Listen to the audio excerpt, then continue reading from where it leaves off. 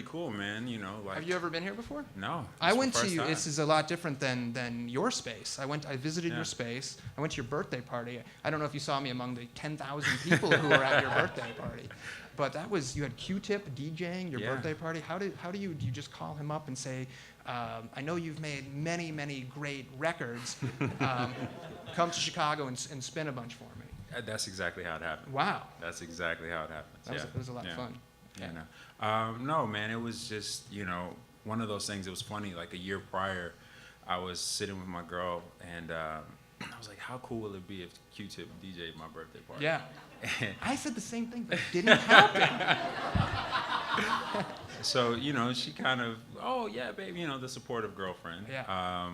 And luckily, we were able to pull it off. I still don't know how I pulled it off, but now we're friends, and, it's cool, man. Yeah, that's cool. So it's like a mentor and that whole relationship. So every time as we got ready for this interview, I was emailing with your PR team, and which is just they do amazing work, actually. They do, don't they? And I would I mean, getting you here, I mean, come on.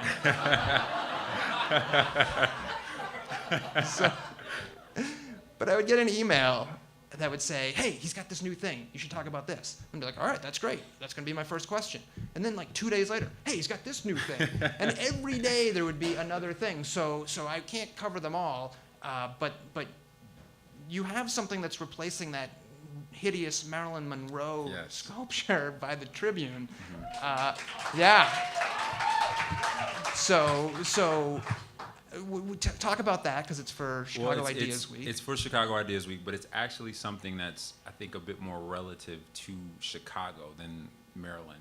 How? Yeah. Tell me how. Well, I'm from Chicago, first of all. South Side, born This is and a raised. Detroit crowd, but... The D. Give it up for the D. See, that sounds cooler when I say it, doesn't it? Yeah. Everything sounds cooler when you say it. But no, it's I have been to the D. All right. So you're from Chicago. Yeah. My girlfriend's from the D. My fiance, so she's from Detroit. Everybody, yeah. Good luck to your Tigers. Give it up for Detroit. It needs lotion, but yeah, it'll be all right. Yeah. No, but the sculptures, it'll be 16 sculptures that are 5.5 feet tall. Okay. And the title of the activation is called The Watch. Okay. And basically just what it talks about, I think, is what's sort of prevalent in Chicago today with youth, violence, and, where they're going.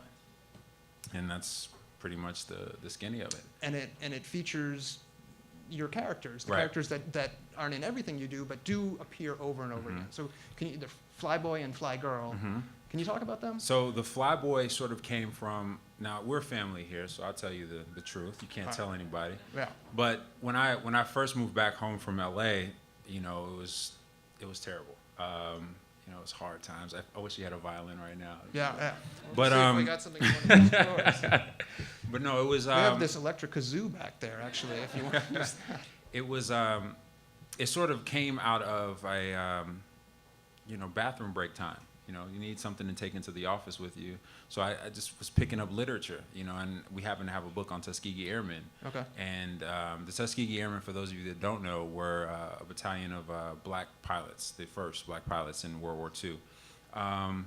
And, I wanted to do something, I think, with the work that was historical, but at the same time aesthetically pleasing. And I think that with using certain images, it draws a crowd in first. Before you even see the message behind the work, you see the aesthetics. It's like, oh, this is cool. The colors, I like this. Okay, And so I just thought that there was no hero or heroine that was of any other color.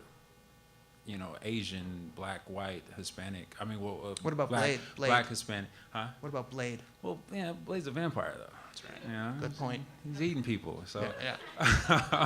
I wanted somebody that didn't eat people, didn't require blood. So, the idea of the Flyboy was born, and I think that for me as a kid, I grew up, man, I was heavy into comics, heavy into cartoons. So for me, it was that sort of iconography that I related to. Like when you're a kid and you're walking around, running around with a towel on your back, you're Superman, you know. And I wanted to attach that or sort of create that with these characters. So I gave them all yellow goggles, and that was sort of that loud, you know, caution sign. And when you put them on, you become somebody else. Exactly. Okay. Exactly. So that was sort of the birth of it, you know, and I just used them continuously throughout. I mean, I have several other different characters, but the Fly Boy, Little Mama, you know, black girls in the hood back in the day when I was a kid, when they wanted to dye their hair, they would take Kool-Aid. And I don't know how the hell they did it, but it wouldn't last but for like 2 days, but their hair would smell great. But they would use Kool-Aid to dye their hair. So the character Little Mama sort of embodies that, and her hair is pink. You know, she's a you know, African American girl with pink hair.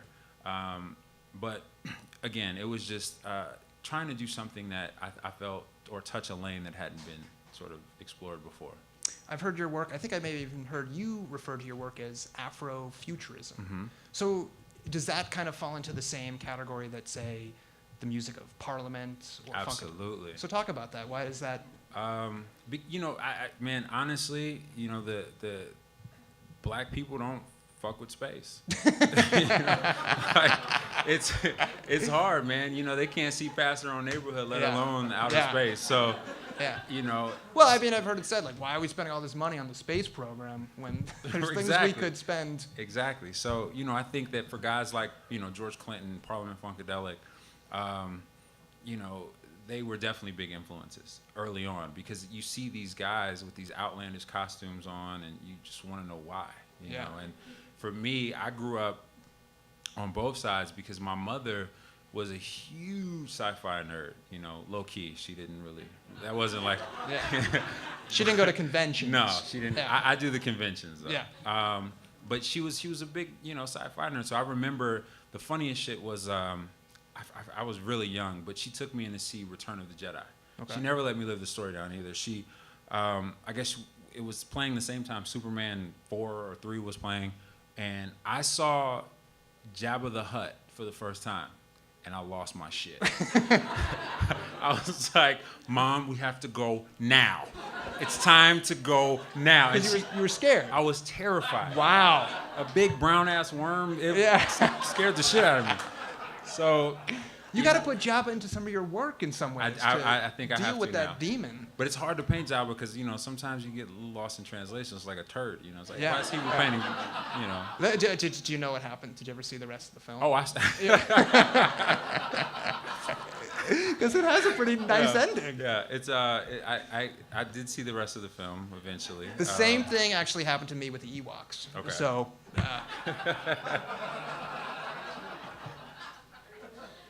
But yeah, Jabba. I wasn't. All right, so some other work. You just did a piece for the new Nike store in Wicker Park. Yeah, what I did was I sort of helped Nike design sell shoes. Some. Yeah, well, you know, I do that on that's like Saturday, Sunday. No, I helped him design the store, and then I did a installation or mural outside the store. So talk about like the intersection of art and commerce. Does Nike say you can do whatever you want? Oh, hell no. Oh, yeah. No. I'm going to put a guy in Adidas shoes. No, but see, I mean, and that's the good thing about sort of having your own language in these characters, because that's what Nike was coming for. Yeah. It was like, you know. And they might not know what it really means. They don't. Yeah. Well, they do now, but they didn't initially. Yeah.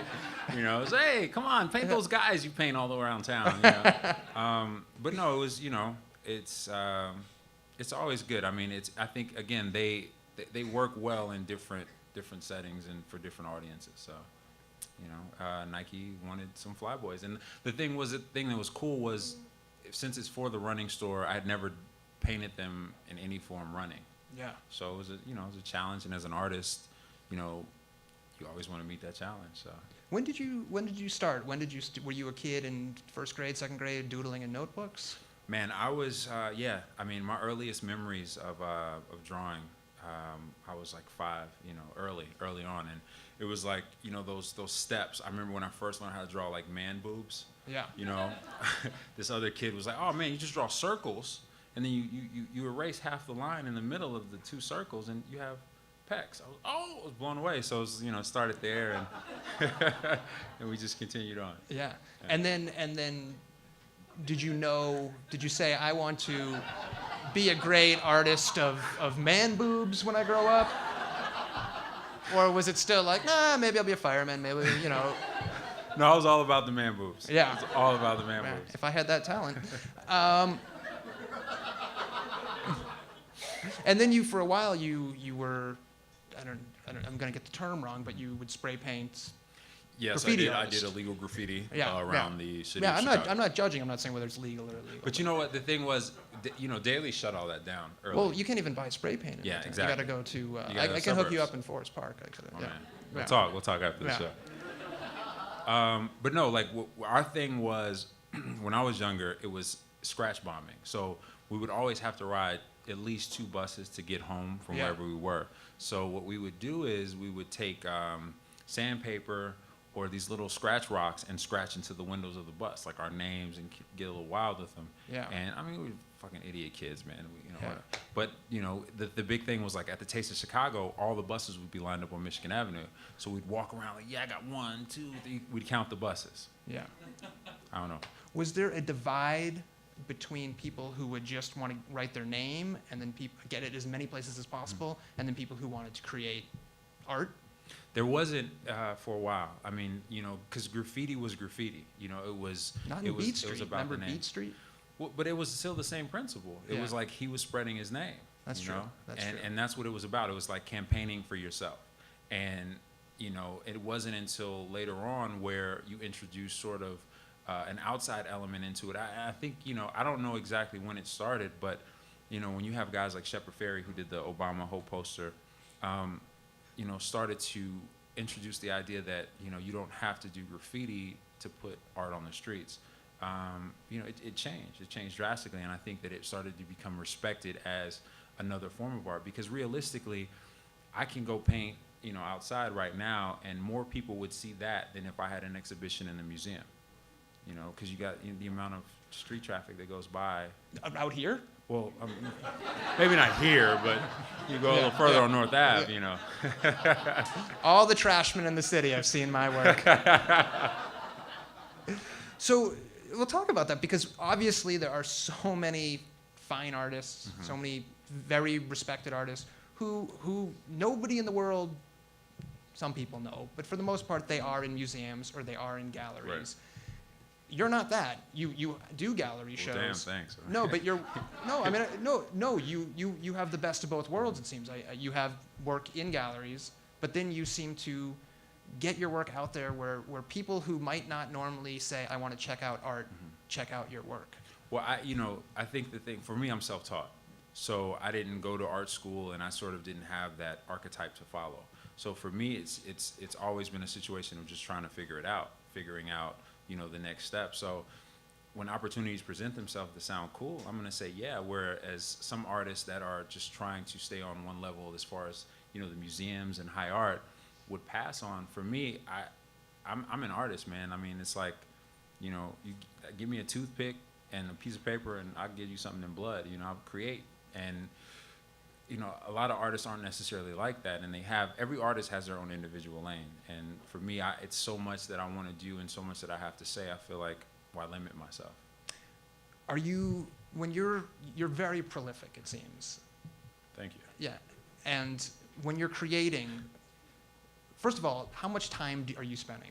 Because do you kind of let the art usually speak for yourself and you spend most of your time in the studio, or are you able to go out and have a normal life where you're doing all kinds of social things? No, I definitely don't have a normal life. Would you agree, babe? Yes.